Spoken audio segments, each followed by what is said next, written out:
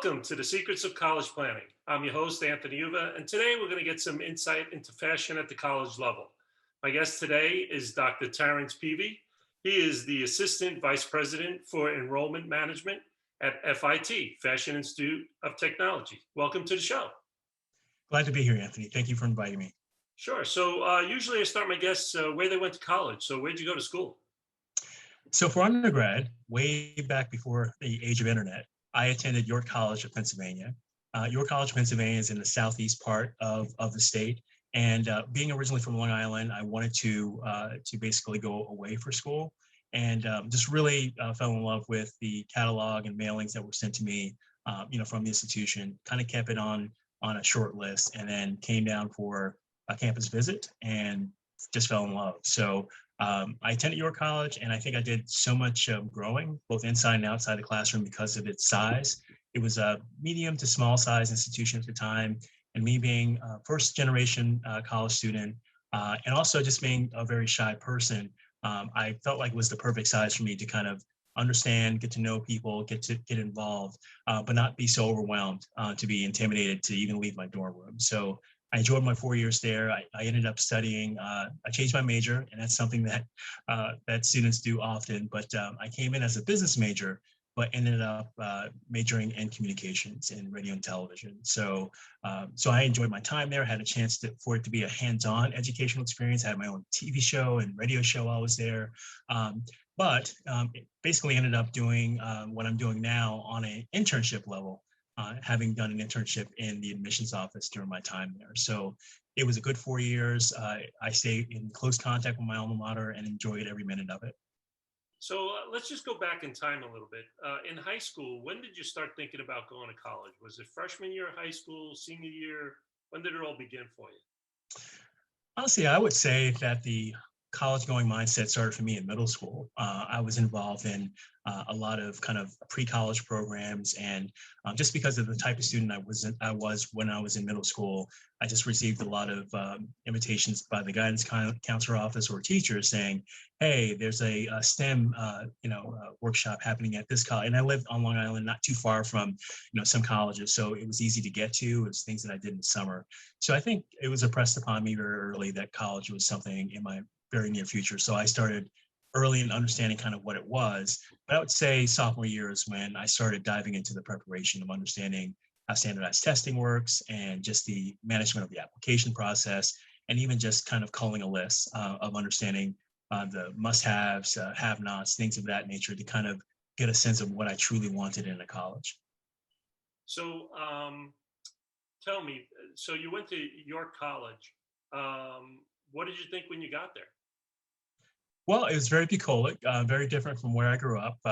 It was just lots of rolling hills, very quiet, suburban slash rural, and I came from an urban environment. So I think initially I was just kind of taken away by just the contrast of where I had grown up and lived pretty much 18 years, and just trying to understand whether or not I could wrap my head around going into the converse.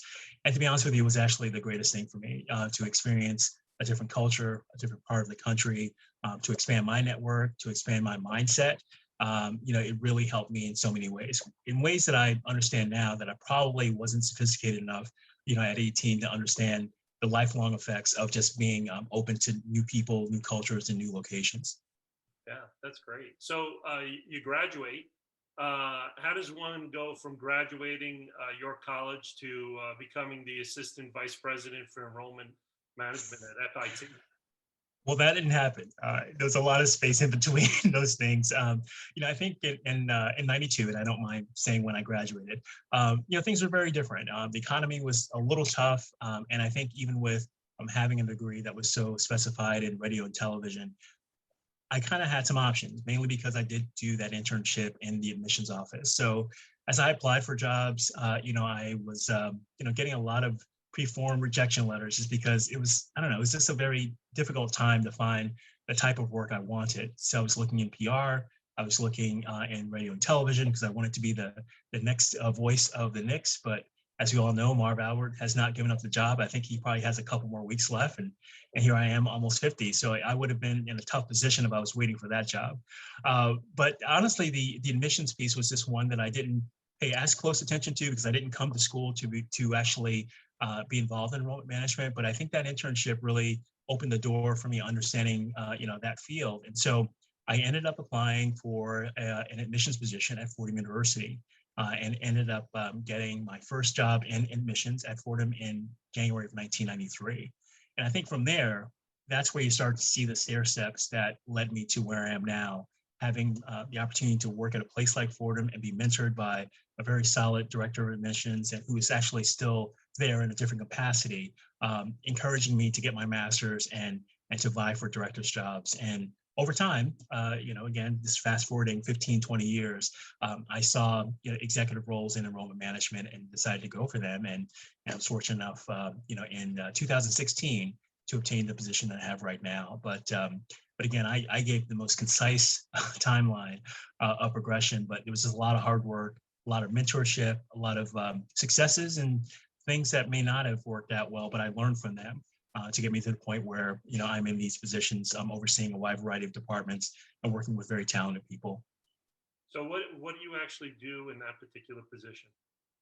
Sure. At FIT, I am, again, the Assistant Vice President for Enrollment Management, and I oversee the offices of undergrad admissions, registrar, financial aid, the Educational Opportunity Program, international student services, and auxiliary services, which is basically a word that kind of touches on the campus card experience, students who use the card and all the things, the maintenance that goes behind that. So it's a multifaceted job. And I think when you talk about enrollment management at various places, it could really encompass a wide variety of different departments. But the core pieces in enrollment management are typically admissions, financial aid, and registrar. And then depending on the school and its organizational structure and the responsibilities, the other things can vary. Now, at FIT, is it focused mainly on fashion, or do they actually have other career paths that people can take when they go there? So Fashion Institute of Technology was founded as a school that basically had a fashion design program and a fashion business program. And so obviously it has grown over the last, 70 some odd years.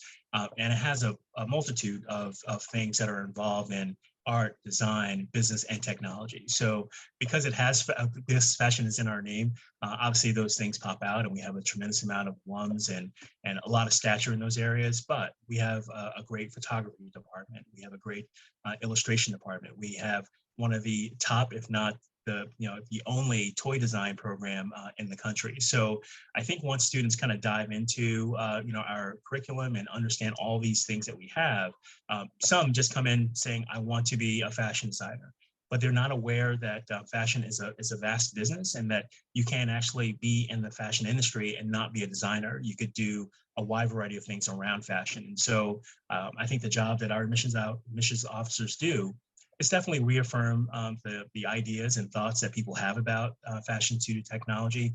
But I think when they kind of listen to the information session and they just understand the plethora of academic opportunities here, I think sometimes students even say, wow, I did not even know that was a major and I can do that and still fulfill my dream. So we're definitely getting the word out that even though fashion is in our name, we have a number of different degrees and degrees across the board. And this is something I want to make sure that I tell the audience. So I think people know Fashion Institute of Technology because of its undergrad program. We, of course, have entry into the associate's program and also the bachelor's program, but we also have a burgeoning master's program as well. So it gives students the opportunity, I would say advanced, when they're in their field to kind of come back to FIT and get involved in educating themselves at the graduate level. And of course, similar to other institutions, we have certificate programs that can help people kind of transition or even just brush up on certain skills. So it's a comprehensive public institution located right in the heart of New York City in the Chelsea area. Now, what are some of the requirements for a student when they come to FIT? What are some of the requirements that they need to get into the school? Because fashion is a very difficult field to get into. No, Anthony, you're right. It's definitely challenging and competitive, and not just at FIT, but a number of schools that basically have this discipline as their major. So at FIT, there are a number of ways to apply. And of course, you have to go through the application process. But depending on your major, that will determine the criteria that's used to actually assess your application. Since we're talking about fashion, which is housed in our art and design college, let's kind of talk about those individuals that are applying to art and design majors. So art and design majors, what we require is that in addition to the application and an essay, is that they submit a portfolio. Portfolio is basically a kind of a summation of all the artistic work that you've done in a particular area. So if we're talking fashion design, we actually put on our website and through the application process, the template that we have for students who are applying to fashion and to follow these instructions to provide for their portfolio. What we'd like to see students do, we definitely don't want the portfolio experience to be the first time during the application process. They should be working on their portfolio, I would say, as early as their freshman, sophomore year, just to kind of get into the rhythm of understanding kind of what is required, following directions, kind of honing their kind of artistic style. And then by the time they get to the application process, for an F.I.T. in their senior year, they've gone through the process. They've had other individuals kind of review and give feedback.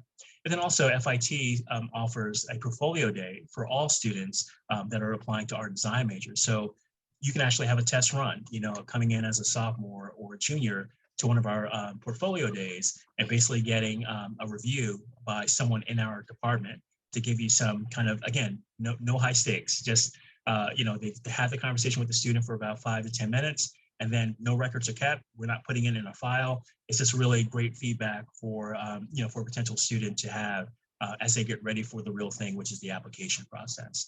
So for those students who are applying to art and design, they submit the portfolio along with their application and their essay.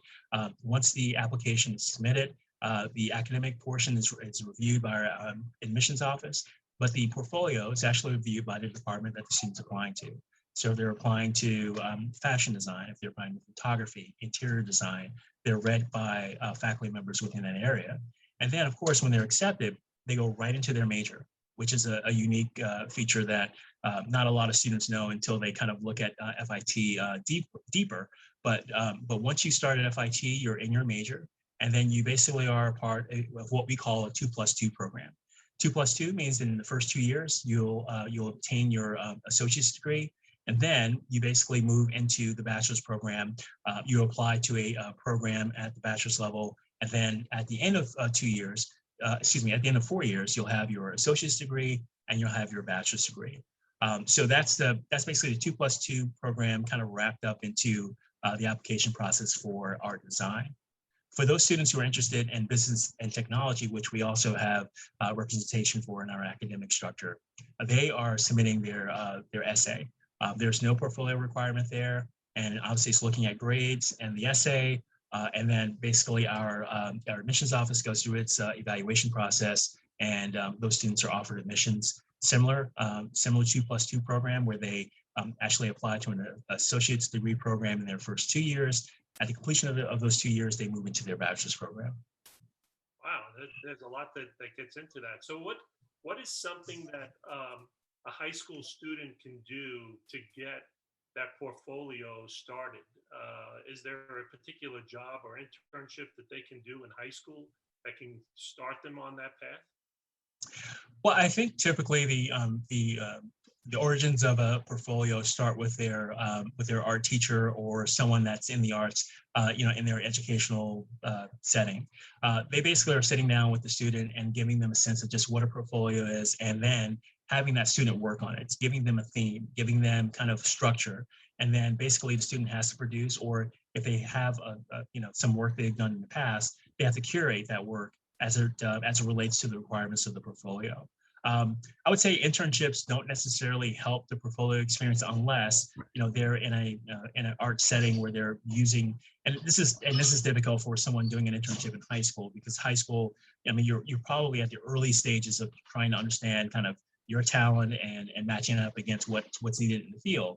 But you may be in an environment that's giving you that level of experience, and you can use that towards working with your portfolio. But I would say the key thing is really just getting your hands dirty with it and understanding kind of what it means. And like I said, the high school teachers in the arts are very familiar with this process. They probably had gone through it when they applied to their respective alma mater. So they're kind of I would say the first stage of just kind of getting them acclimated, and then again, taking advantage of schools programs like F.I.T, we have a portfolio day, and a number of our competitors have the same thing, where you're just basically getting different perspectives from different institutions. And honestly, if you want to just be concise and efficient, try to make sure these institutions are ones that you're kind of leaning towards in terms of an application, so you have an understanding of what each school is looking for in their portfolio requirements. It is not a blank slate, obviously not a blank slate, a broad stroke where everybody is asking for the same thing. You have to be very diligent in understanding the nuances, the instructions, and unique elements that each school is asking for in their portfolio requirements. Now, the business side, what are some of the fields that they can get into in business? Do they build their own company? Do they start a photography place? What is the business and technology side of the So field? it's sort of all of the above. I think there's a way that students can go directly into a particular field. So obviously our fashion business management program deals with retailing, merchandising, all of those elements.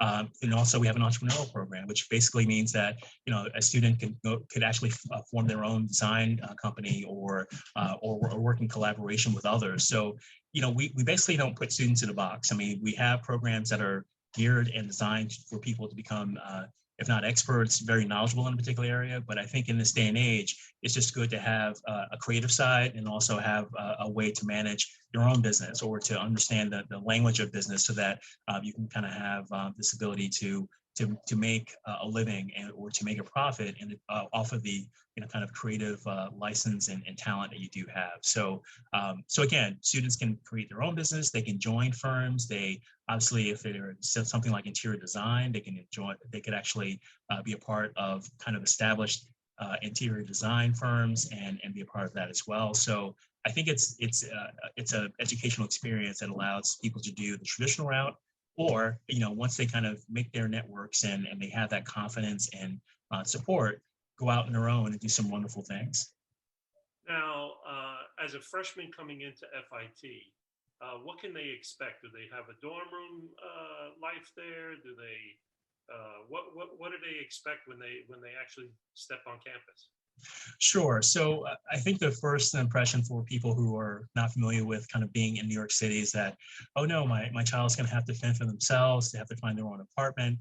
Like that is obviously something someone can do, and we have about 4 or 5 dormitories on our residential halls within our campus. So I would say a majority of our students who are coming from out of state, obviously you're looking for that option, and we do have it. But we also are right in the middle of the city, so we have a tremendous amount of students who commute that are first-year students. So they're coming from Long Island, Westchester, New Jersey, just different places, because of the fact that we're roughly 3 or 4 blocks away from Penn Station, which is obviously a hub. So as a first-year student, you're probably making first the decision of whether or not you're going to live on campus or not. If you decide to live on campus, you have that option, most likely with a roommate or two. If you decide to commute, that works as well, because we do have a tremendous amount of students that do that as well. Every student who comes in as a new student goes through our orientation process. So it gives you an opportunity to understand all the resources that FIT has both inside and outside the classroom. And that's managed through our student life program. And obviously, we have a tremendous amount of conversations around academic advising, and we have an academic advising office that helps students kind of understand the major that they're in, the flow of courses, obviously following their degree audit, so they're taking courses that count towards a degree. And of course, in my area, admissions has already done their job at this point, with students already kind of making the decision to attend. So other offices like the registrar's office are obviously helping students register for courses. Financial aid, just making sure that all the requisite documents are signed and authorized and ready to go, so that they have their financial aid in order, which of course kind of leads into billing and working with student payments and or the bursar's office to make sure they pay their bills on time or actually sign up for a payment plan.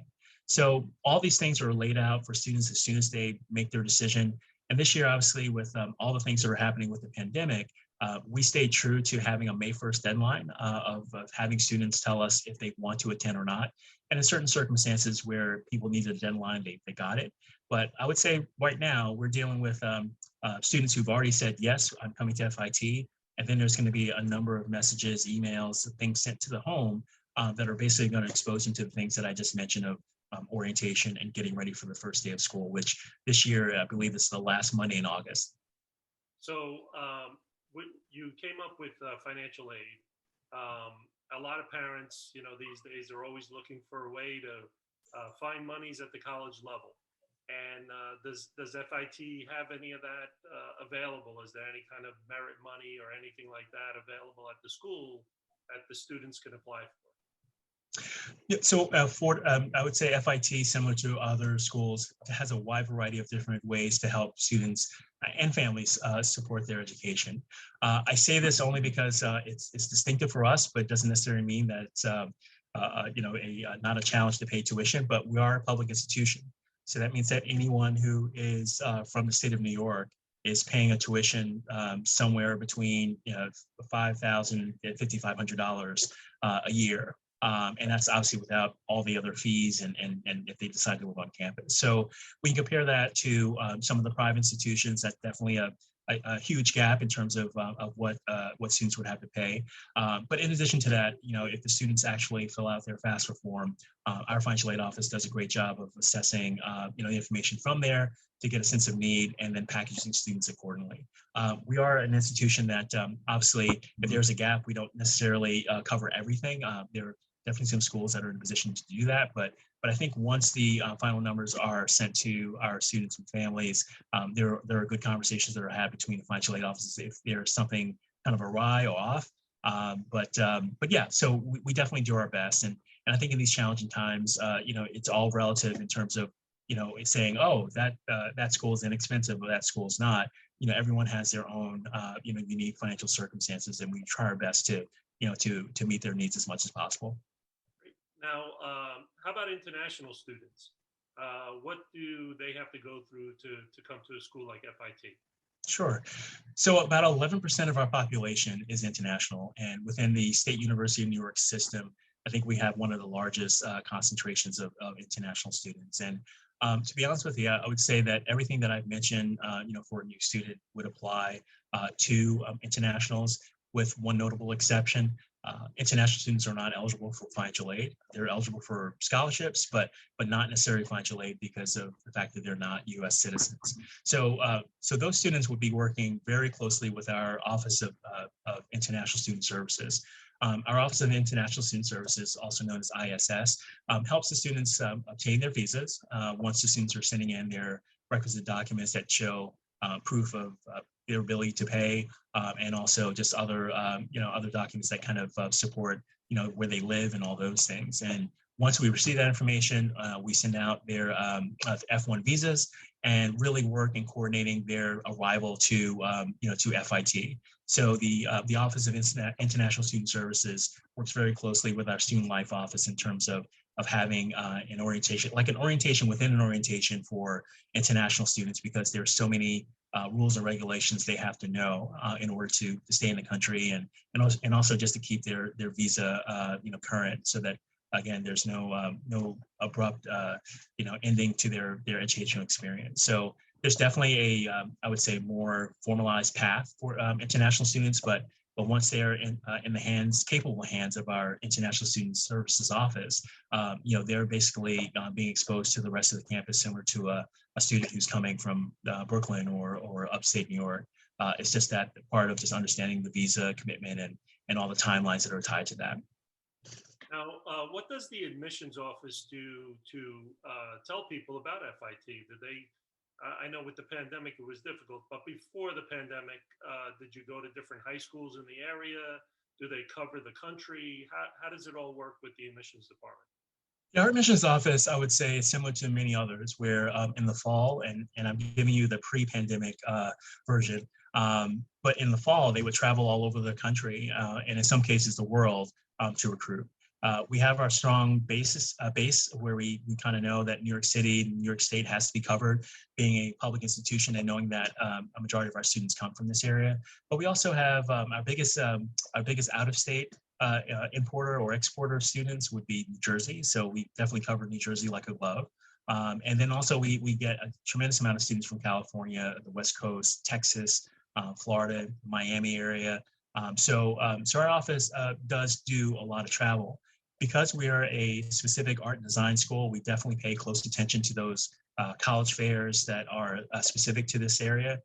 So we definitely attend those, and the National Association of College Admissions Counseling has sponsored fairs around the country, and we typically go to those fairs in designated areas around the country. And then, of course, there's the National Portfolio Days that we have been a part of for a number of years that are held in New York, actually all over the country. But we actually obviously either host or co-host the one locally in New York, in addition to visiting the others. And so again, we do a lot of the traditional things, but we kind of stay close and focused to those things that are related to art and design, because that's our specialty as well.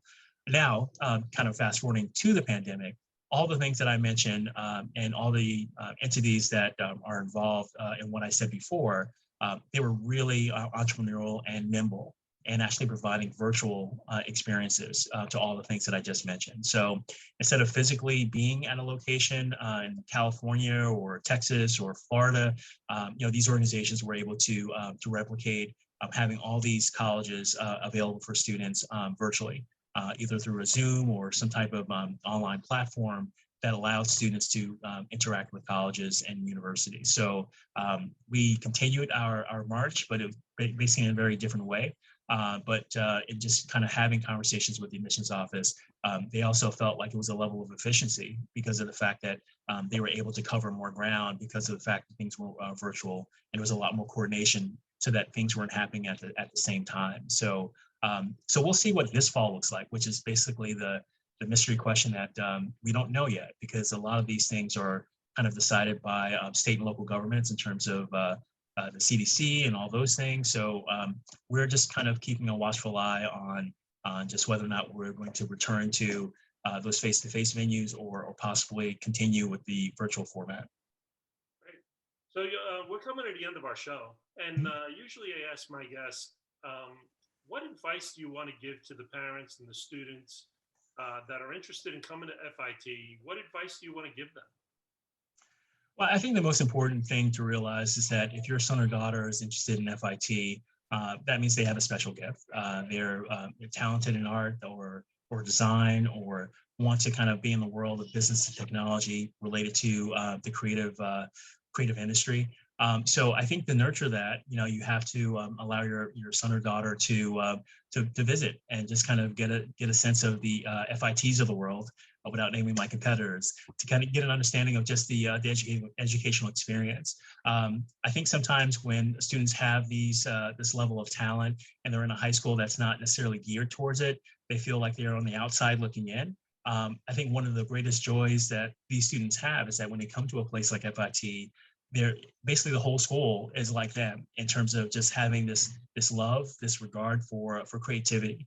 And so I think that should not be suppressed. So don't have your son or daughter, don't force them to go to a school as do that art and design as a backup, but I want you to be a lawyer first, or I want you to be a doctor. I just feel like there are so many wonderful institutions like FIT that are around the world where you can send your son or daughter and be confident that they're going to come out and be the best they can be in an area that they love and are passionate about.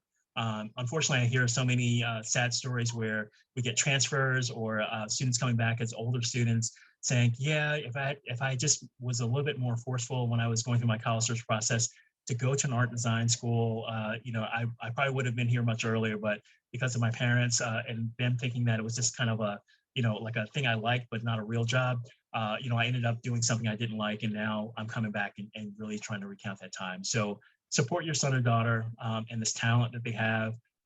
Take advantage of these portfolio days or campus tours or anything that colleges have to offer where you can just walk around and see and feel. And then I think just intrinsically, you'll know for sure that this is the place you want to be. Great. Terence, thank you very much for coming on the show. I really appreciate it. No, thanks again for inviting me, Anthony. This has been fun. Yeah. So you've been watching The Secrets of College Planning. I'm your host, Anthony Uva. Until next time.